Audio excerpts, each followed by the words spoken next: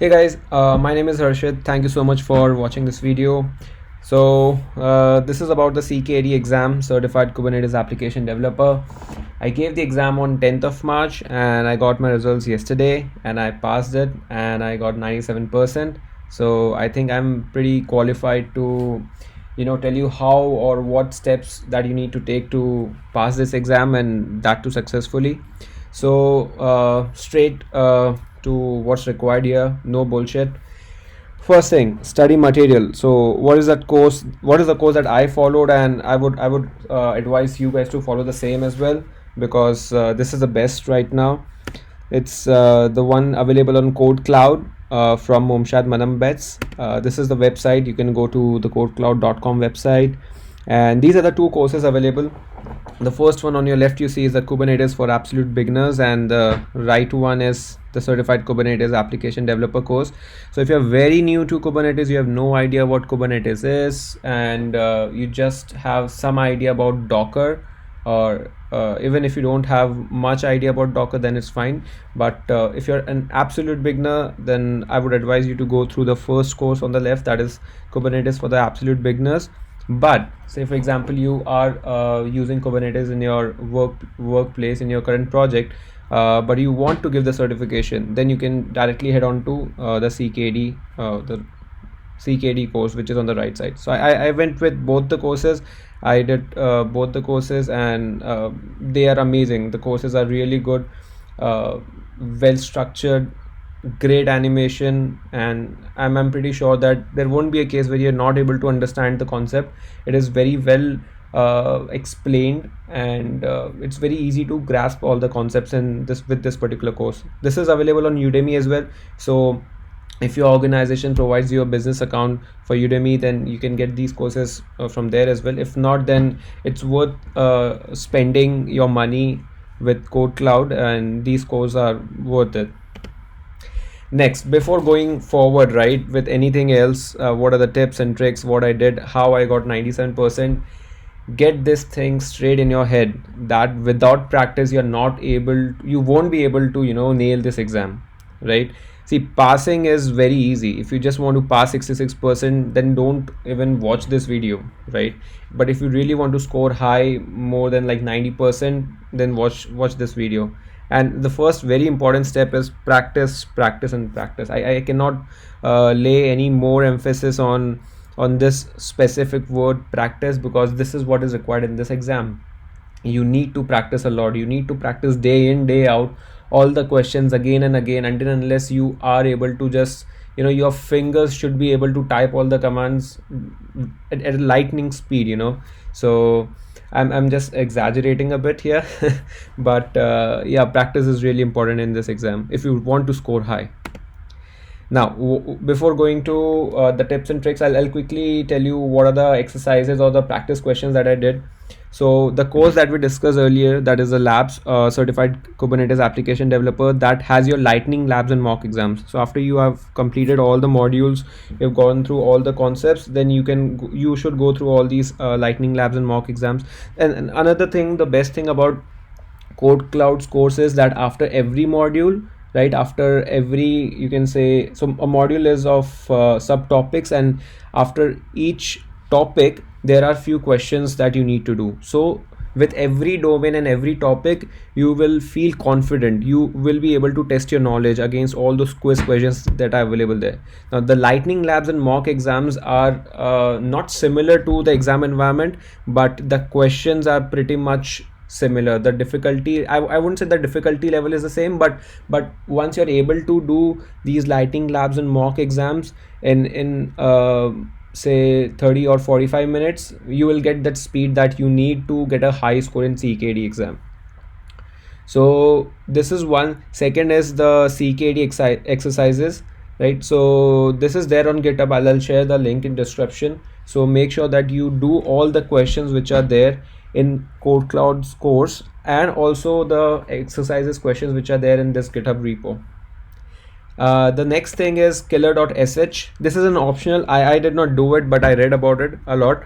So this is a simulator for CKS, CKA and CKAD exams, and it gives you a 36-hour cluster. So once you pay for it, it's around 30 euros, right? So if you want to spend money, if you want to spend time, then you can go ahead with it. It's really good. I've not bought it, I've not spent time on it, but I've heard from a lot of my colleagues that this is the environment that the simulator provides. It's very, very similar to what you see in the exam, but the questions are pretty tough here. They are definitely the level of the questions in this simulator is higher than what you will see in exam. So I did not do it. I just focus on the previous two things that I told you, the lightning labs, mock exams, and the exercises. But if you want to get a hold on or experience the environment before going to the exam, because this exam is pretty expensive, it's like $300, and if you apply some coupons and stuff like that, then you might go up to $250. So if you want to feel more confident, right, then go ahead with this killer.sh. It is amazing, right? But again, for me, I did not do it, so I'm just marking it as an optional thing. Next, exam tips, right? Set the correct context. So how the environment will look, right? So the image that I'm showing you, I've got it from Google. I just did a Google search and got this image, and yes, the environment looks exactly the same.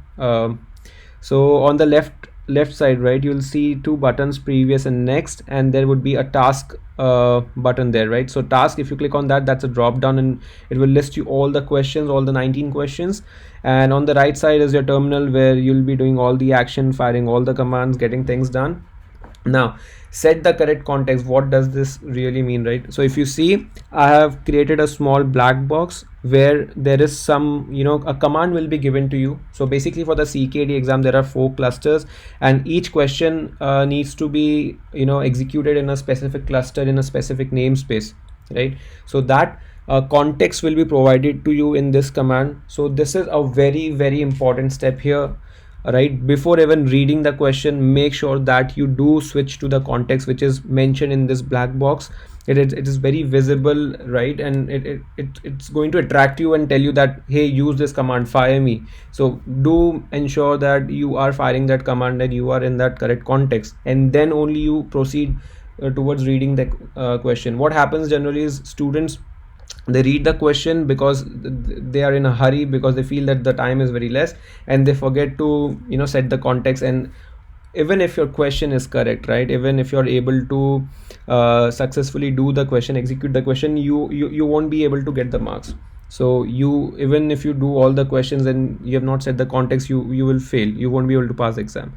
So make sure that you do set the context and then proceed with reading the question and executing the commands for that. Now at the bottom right, you see I've not highlighted this, but if you can see, there's something called as unflag this, and I'm satisfied next. So basically this exam provides you an option where you can mark your questions, flag your questions, so that, right, as in the drop down you can see task 4 and task 6. These are the 2 questions in this example, in this screenshot. These are flagged. It means that once you're gone through all the 19 questions, okay, these are the questions that I need to revisit, or these are the questions which are still pending, I've not done yet. So I'll explain more how this will be useful later in one of the tips that I'm going to share. But yes, this is basically how the UI is, and these are all the buttons. And the unflag this is something which is really important, and obviously you need to set the context. Use autocomplete and aliases. So I'll share the link. This is basically from the kubectl cheat sheet, this particular screenshot that you see. So this is what I use in my exam. I updated my bash RC using the first command, right? And then I'm using an alias called as alias k equals to kubectl, right? And then an autocomplete. So you might have gone through a lot of articles, and even I have read a lot of articles before giving this exam, and there are, in multiple articles you'll see that, okay, you can set this as a alias as well, like say for something like dry client, hyphen dry hyphen client, and hyphen o YAML. So for this also people do set the namespace, set the alias, and also they set alias for setting the current namespace. So I never practice setting aliases for all those different options, but I just went ahead with this. So what I would suggest is, just focus on your practice. The more you practice, you won't need, you know, a lot of aliases. This should be fine. Just the alias k equals to kubectl should be enough for all of you, but just make sure that, you know, you do practice a lot. Now bookmarks is very important. So you can see that I've provided a screenshot here where I'm showing you all the links, right, all the bookmarks that I had. So what I did was, for each topic, right, almost for each topic I created, I had this particular bookmark link. I got it from a Google search, from some GitHub repo. I'll share that in the description as well. This is very, very helpful. And now a very important thing is, when you're practicing, right, the initial practice sessions that you do, don't use bookmark, right? Try to use it, try to get a grasp over the command, the structure, the YAML structure. And once you are, you know, once all your modules are completed, and then you're moving to lightning labs and mock exams, start using bookmarks. Don't think that, you know, I'll use bookmarks only in the exam, because you have to be very quick when you're giving the exam. You have to be very quick in, you know, selecting. Basically, if you see, right, there are a lot of links here, correct? Now it's basically, you can say it's a muscle memory, that you know where which particular command comes in which row, right? Say for example, secret comes on the lower portion, and then the config map comes on the upper portion. So the more you practice using the bookmarks, the more you will get used to it, and there would be a kind of muscle memory, you can say, a fancy word. But you'll know where to click very, you know, instantaneously. So bookmarks definitely help you a lot, and I'll put a description from where you can get this bookmarks. You can, you know, import it in your own browser. So I'm using Chrome here. I would suggest you guys to use Chrome as well. Remove all the other bookmarks, just put the Kubernetes bookmarks that you have, so that it's easy for you guys, right? Next is use the correct namespace. Yes, this is also one very important thing that you need to remember. Reason is, during the exam, right, what happens is, you'll see the context at the very start, but the namespace is not something that you'll see at the very beginning of the questions. You'll see it probably in mid of the question. So make sure that you do read your question carefully. In some questions you might see that the namespace is, you know, just written like a normal sentence. It's not, it is definitely highlighted. It would be in a light blue color that this is the namespace that you need to use. But what happens is, when you're going through a lot of questions in a very, you know, you just have a time limit, right, 2 hours, and you are very nervous, and you want to complete this exam quickly, so you tend to forget, or to see or notice the namespace which is mentioned there. So make sure that you do read the question carefully and use the correct namespace, whatever is provided there. And don't try to type, right, whatever the names or the resources that you need to use. All of those are provided as clickable links. So basically, say for example, something like namespace, the namespace name would be provided, it would be highlighted, and you just need to click on it, and it will get copied automatically, and then you can paste it. So don't try to, you know, read it and then type it, because you won't be able to do it. So it would be, the namespace would not be very simple like code cloud or CKAD. It would be quite, you know, it would be an alphanumeric namespace, right, jumbled up, so you won't be able to type it very quickly. So make sure that you do click on that particular link and then copy paste it.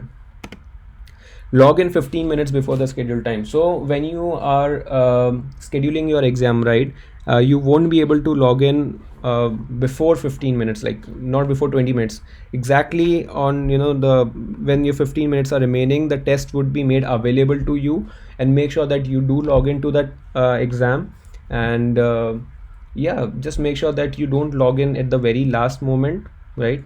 Because you do have even after, say for example, your exam is at 6 a.m, then from 6 to 6:15 you can log in. But even my exam was at 6 a.m early in the morning, and then I logged in about at 5:45, right? And then I started preparing myself. And also one more thing to consider is, because it's monitored by there's an online proctor available who is going to see your room. You need to make sure that your laptop, right, when you're showing your room, is not attached to any of the screens, because you'll have to disconnect it, and then you have to show your entire room to the proctor. If you're using a desk, right, then you need to show everything, like how many monitors you're going to use. You can use monitors, right? There's no problem. I never used any monitors with my exam, but the proctor did ask me to disconnect the monitors if I'm not using it. So I disconnected it and I showed it to him that I've disconnected it. So in that sense, proctor will ask you to show each and everything. Make sure, and the next point would be, this, that keep your desk clean, right? So wherever you are sitting and giving the exam, make sure that it is clean, it is visible, there are no papers lying near your desk or near your visibility area. No books, unnecessary things, just remove it from your desk, as simple as it is, right? Just have a ID proof, that's it. Show it to the proctor, he will see, and make sure that you don't have you should be using only transparent cups if you want to drink water. And yeah, that's it. Keep your desk clean, clutter free before giving the exam, or else you will be asked to clean it by the proctor during the exam. That might make you more tense and bring in the panic situation. So make sure that you are very well prepared in this area. This is very important step, because most of the students forget about it, and then they say that, okay, it took me 40 minutes for the exams to start. So for me, it was just a 5-minute process. My desk was clean, I had the ID proof, I just showed it to him, I disconnected my monitors from the power supply, and that's it. I was good to go. Even my exam was supposed to start at 6 a.m, but I was able to start it like 2 minutes before. So that's a plus, right? Now read the questions carefully and do not panic. You have enough time. Okay, I know it's a mistake. There should be do not panic, but anyways, who cares? So it's very important that you do read your questions carefully. And I know that you have just got 120 minutes, right? 2 hours, and there are 19 questions. But believe me, so out of these 19 questions, few of them would be pretty straightforward. You will just read them, and because you have done so much of practice, that you will be able to do it in less than 2 minutes, right? Some would be simple, very very simple, like just create a pod with blah blah blah, right? Very very small question and very easy. But there would be few questions which would be lengthy, right? So make sure that when you're doing all those questions, you do read the question completely and then start doing it step by step, right? So do spend time on reading the questions, and do not panic. You definitely have a lot of time if you've practiced a lot, right? You will find you will have a lot of time to do all the questions. So for me, when I was giving the CKAD exam, I was able to complete around, out of 19, right, I was able to complete 17 questions in 90 minutes.